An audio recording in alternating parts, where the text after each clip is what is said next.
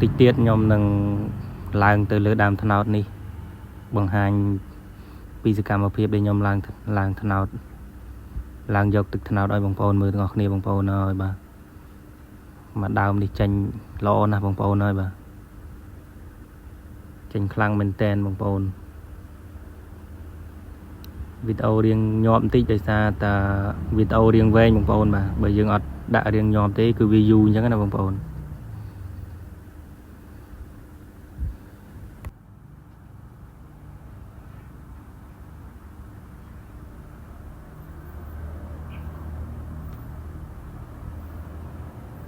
នេះបងប្អូន3ស្មាច់ហ្នឹងចូល20លីត្រជាងបងប្អូនបាទ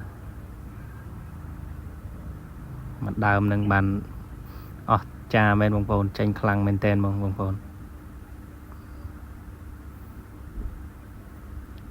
ូនចង់បានវីដេអូថ្មីពីការឡើងត្នោតបងប្អូនសូមជួយចុច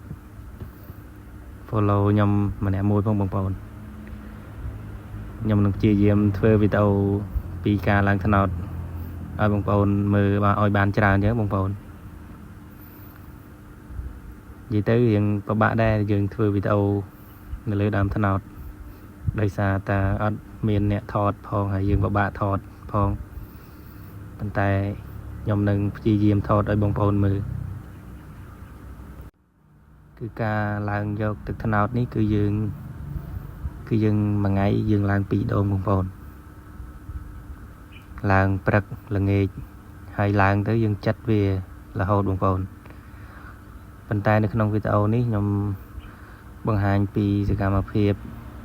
យកទឹកត្នោតជូរបងប្អូនមិនមែនទឹកត្នោតផ្អែមទេយកទឹកត្នោតផ្អែមគឺយើងផ្លាស់ប្ដូរកំពង់ថ្មីបងប្អូនយើងអត់ប្រើកំពង់ចាស់យកទៅត្រង់វិញទេបើសិនជាយើងយកកំពង់ដែលយើងត្រង់នឹងវាយកទៅត្រង់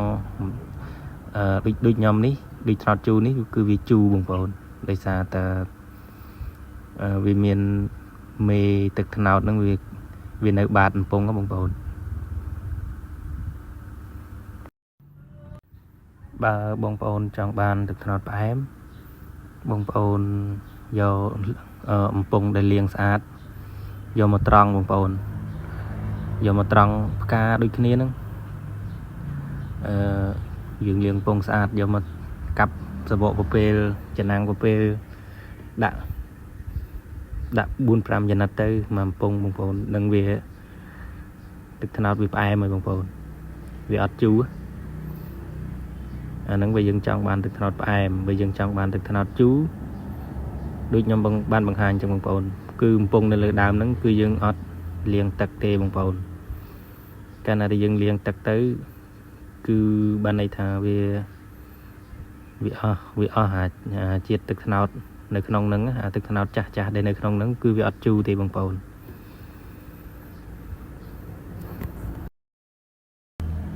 សម្រាប់ដែលបងប្អូនដែលគាត់ឡើងត្នោតគឺគាត់យល់ពីចំណុចហ្នឹងបងប្អូនប៉ុន្តែបើបងប្អូនសម្រាប់បងប្អូនដែលមិនដែលបានឡើងត្នោតមិនដែលបានដឹងមិនដែលបានឃើញគឺគាត់ឆ្ងល់បងប្អូនគឺគាត់ឆ្ងល់ច្រើនហើយមានបងប្អូនខ្លះហ្នឹងមិនត្រឹមតែឆ្ងល់ទេបងប្អូនបាទសួរថាគេយកទៅលាយសិនបានគេផាក់មែនគឺអត់អញ្ចឹងទេបងប្អូនបាទទឹកត្នោតគឺយើងយកទៅគឺយើងហូបបានហើយបងប្អូនបាទមិនបាច់ចាំលាយអីទេអ្នកដែលលាយហ្នឹងគឺបានន័យថាគេរកស៊ីបោកប្រាស់ហើយបងប្អូនបាទទឹកត្នោតបើនិយាយតាមត្រង់ទៅបើសិនជាយើងឡើងដាក់ចិត្តថាយើងឡើងពិតប្រាកដគឺអត់ខ្វះទឹកត្នោតលក់ទេបងប្អូនបាទដូចមួយដើមនេះអញ្ចឹងបងប្អូនគិតមើល20លីត្រជាងមួយដើមដែលខ្ញុំថតហ្នឹងចុះបងប្អូនឡើងបើថាខ្ជិលខ្លាំងឡើងតែ5ដើមទៅបងប្អូនលក់ចុះបងប្អូនហើយខ្ញុំឡើងពីមុនខ្ញុំឡើង20ដើមជាងផងបងប្អូនតែឥឡូវ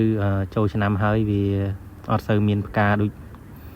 ដូចមុនបងប្អូនវារៀងស្បើយអញ្ចឹងខ្ញុំឡើង សប្តាហ៍ថ្ងៃនេះខ្ញុំឡើងតែ8ដើមទេខ្ញុំចោល10ដើមជាងហើយបងប្អូនហើយសម្រាប់បងប្អូនដែលចង់បានទឹកត្នោតយកទៅហូបអញ្ចឹងណាបងប្អូនអាចតាក់ទងមកខ្ញុំបានតាមលេខទូរស័ព្ទ015 88 28 73បងប្អូនអរគ្នាហើយសម្រាប់បងប្អូននៅភ្នំពេញគឺខ្ញុំអាចដឹកឲ្យបានបងប្អូនបាទបងប្អូនកំងចាប់ពី10លីត្រទៅបងប្អូនត្នោតជូរខ្ញុំដឹកឲ្យបងប្អូនហើយសម្រាប់ទីតាំងរបស់ខ្ញុំគឺនៅក្បែរភ្នំពេញដែរទេបងប្អូនបាទគឺនៅក្បែរស្ពានព្រែកភ្នៅបងប្អូនបើចង់មករកអីបងប្អូនតាក់ទងមកដល់ស្ពានព្រែកភ្នៅបងប្អូនតាក់ទងមកខ្ញុំមកបងប្អូនបាទតាមលេខទូរស័ព្ទ015 88 28 73នឹងបងប្អូននៅគោលស្ពានព្រែកភ្នៅនឹងនៅត្រូវខាងកើតបងប្អូនរបស់គ្នាបាទ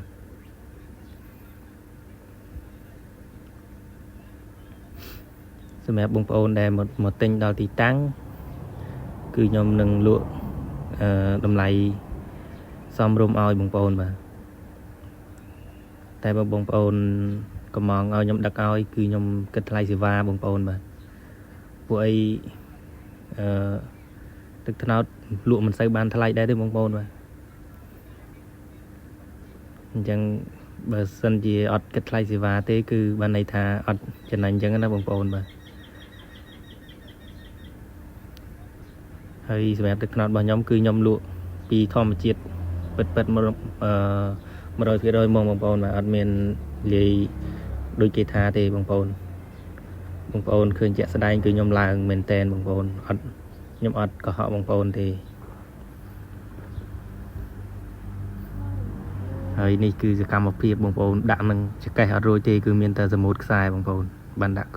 ទៅដីកើតបើសិនជាយើងអត់សមុទ្រខ្សែទេគឺយើងដាក់នឹងចកេះទៅដាច់ឈឺចកេះបងប្អូនធ្ងន់ណាបងប្អូនបាទ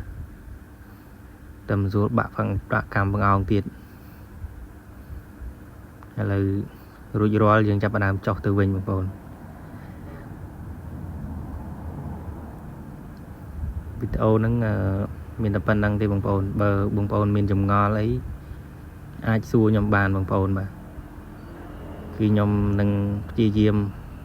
ធ្វើវីដេអូថ្មីសម្រាប់បងប្អូនទាំងអស់គ្នាកុំឲ្យបងប្អូនទាំងអស់គ្នានៅមានចម្ងល់បន្តទៀតអញ្ចឹងណាបងប្អូនបាទ